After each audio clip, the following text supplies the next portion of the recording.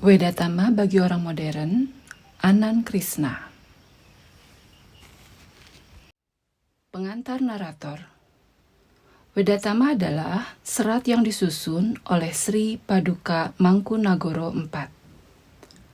Berbagai pengkajian dan tafsir mengenai serat Wedatama cukup banyak diulas dan telah dibukukan oleh beberapa ilmuwan di bidangnya. Sebut saja Ahmad Khozim, Dr. Hajah Kusinah Sarjono Sastro Hadikusumo, dan lain-lain. Dalam kesempatan ini insya Allah akan saya narasikan buku karya Anand Krishna berjudul Wedatama bagi Orang Modern. Buku yang disusun oleh Anand ini mengantongi surat izin resmi dari Sri Paduka Mangkunagara IX. Tanpa mengurangi rasa hormat, dalam penarasian ini saya tidak membacakan ucapan terima kasih sang penyusun. Saya akan memulainya dari prakata beliau. Khusus untuk setiap tembang yang ditemukan di setiap bab, meski tembang tertulis dilakukan dengan irama khusus, yaitu irama pangkur, perkenankan saya membacanya tanpa disertai irama. Terima kasih, selamat menikmati. Prakata. Kata orang, persis di bawah pelita selalu gelap. Memang demikian. Mereka yang melihat pelita dari kejauhan akan selalu melihat kegelapan di bawahnya. Itulah sebabnya mereka tidak pernah mendekati pelita. Mereka bahkan menjauhi sumber cahaya. Mereka sudah puas dengan cahaya pelita yang menerangi kehidupan mereka. Mereka tidak berkepentingan dengan sumber cahaya itu sendiri. Kegelapan di bawah pelita itu hanya akan mengundang para pemberani. Mereka yang berani menghadapi kegelapan merupakan jenis makhluk yang biasanya dianggap tidak waras. Kegelapan merupakan asal-usul Anda dan asal-usul saya. Kegelapan adalah sumber kehidupan. Hidup dalam rahim ibu selama lebih dari 9 bulan. Setelah dilahirkan sampai ajal tiba, hidup manusia sebenarnya merupakan proses pencarian yang panjang. Carilah kebahagiaan dalam kegelapan dan keheningan jiwa Anda sendiri. Sesekali waktu, pejamkan mata Anda dan rasakan betapa indahnya kegelapan itu. Apa yang terjadi sewaktu Anda berada dalam alam tidur? Anda diselimuti oleh kegelapan dan esoknya Anda begitu segar, begitu tegar. Kegelapan akan menyegarkan jiwa Anda.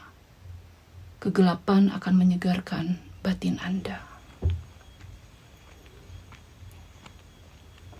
Untuk berjalan meniti ke dalam diri, Anda harus menjadi seorang pemberani. Anda harus siap memasuki kegelapan dan keheningan jiwa Anda sendiri. Ulasan kita berikut ini bukan sekedar ulasan. Kita tidak pernah memperlakukan karya-karya para pujangga sebagai karya sastra atau karya filsafat. Kita tidak akan pernah membahasnya. Ulasan kita merupakan hasil penyelaman kita. Kali ini yang kita selami adalah karya Sri Mangkunagara IV, seorang pujangga, seorang penguasa yang bijak dari Keraton Mangkunegaran di Surakarta. Menurut catatan sejarah, beliau lahir pada tahun 1809 dan meninggal pada tahun 1881. Untuk bertemu dengan seorang Sri Mangkunagara IV, Anda membutuhkan nyali yang terbuat dari besi baja. Anda harus berani meniti jalan ke dalam diri. Anda harus berani memasuki kegelapan, kasunyatan, dan keheningan diri Anda sendiri. Anda tidak bisa menemukan beliau dalam kesilauan hidup ini. Anda bisa menerjemahkan beliau dalam kehidupan Anda sehari-hari. Anda dapat menghadapi kesilauan dunia ini setelah membekali diri dengan Wedatama. Bab pertama, persiapan. ingkar mingkur ing ukara akarono karenan marti siwi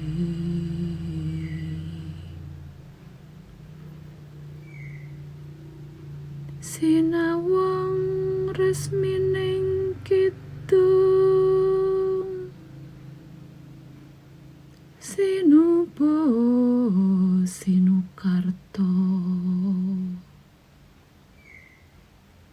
mrikretarto pakartining ngelmu luhung kang tumrap ning tanah Jawa agama ageming ngaji.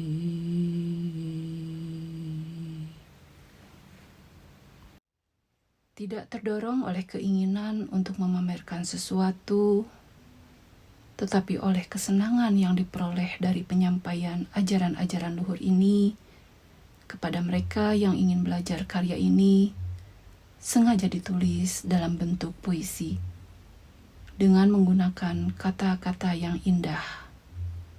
Tujuannya hanya satu, semoga ajaran-ajaran luhur ini dijadikan pegangan dan dilakoni. Dalam syair pembukaan ini, sang penulis menjelaskan tujuan tulisannya. Kata pertama yang harus dipahami adalah angkara. Kata ini berasal dari kata ahamkara atau ego, keangkuhan, kesombongan. Apa yang menjadi tujuan kita menulis selama ini? Ada 3 kelompok utama. Ada yang menulis karena itu merupakan profesinya. Dia mencari nafkah lewat tulisannya.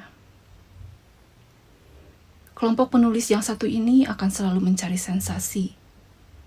Ia harus menciptakan sesuatu yang dapat diterima atau ditolak oleh massa. Baik penerimaan maupun penolakan oleh massa akan membawakan penghasilan bagi dirinya. Massa menolak atau massa menerima, dalam kedua situasi tersebut berarti tulisannya dibaca oleh massa. Sama sekali tidak berarti bahwa mereka ini adalah penulis kelas rendah. Tidak. Mereka adalah penulis profesional. Mereka adalah kuli tinta. Dan hampir seluruh masyarakat penulis kita berada di kelompok ini. Tanpa mengecilkan sumbangan mereka terhadap peningkatan, pengembangan, dan penyebaran ilmu pengetahuan, kita harus akui bahwa Sri Mangkunagara IV tidak berada dalam kelompok ini. Kelompok kedua adalah kelompok para sastrawan.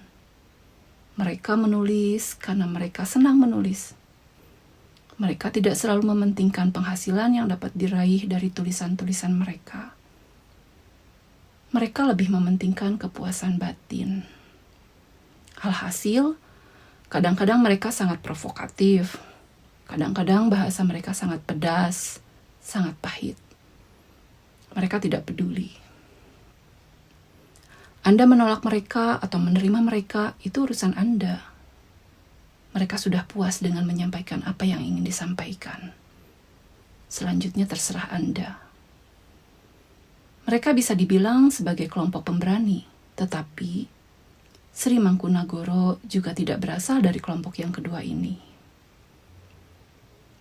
Kelompok terakhir adalah kelompok mereka yang menulis karena ingin berbagi rasa. Mereka ingin menyampaikan sesuatu. Tulisan mereka ditujukan kepada kelompok orang yang cukup reseptif. Tulisan mereka bukan tulisan populer, tulisan mereka untuk kalangan tertentu. Menurut Sri Mangkunagara sendiri, tulisannya ini diperuntukkan bagi para siwi, para siswa atau sisya. Kata ini sangat penting. Sisya berarti ia yang telah menundukkan kepala atau sisnya. Menundukkan kepala berarti melepaskan keangkuhan. mengakui ketidaktahuannya, dan berkeinginan untuk belajar. Kelompok terakhir ini persis sama seperti kelompok sebelumnya, kelompok sastrawan. Mereka tidak menulis karena ingin meraih penghasilan ataupun pengakuan, tetapi karena memperoleh kebahagiaan dan kepuasan batin dari upayanya. Bedanya hanya satu.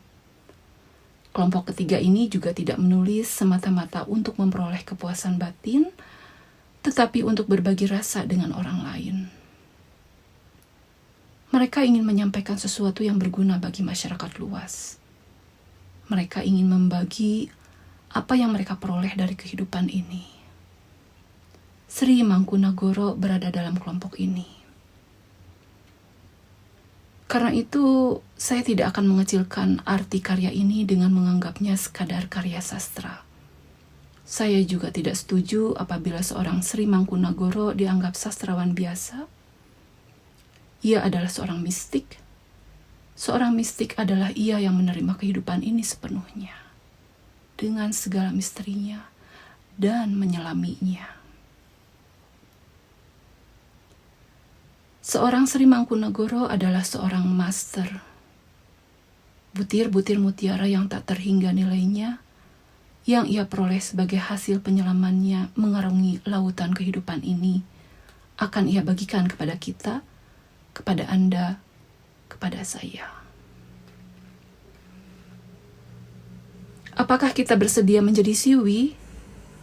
Bagaimanapun, kriteria ini harus dipenuhi.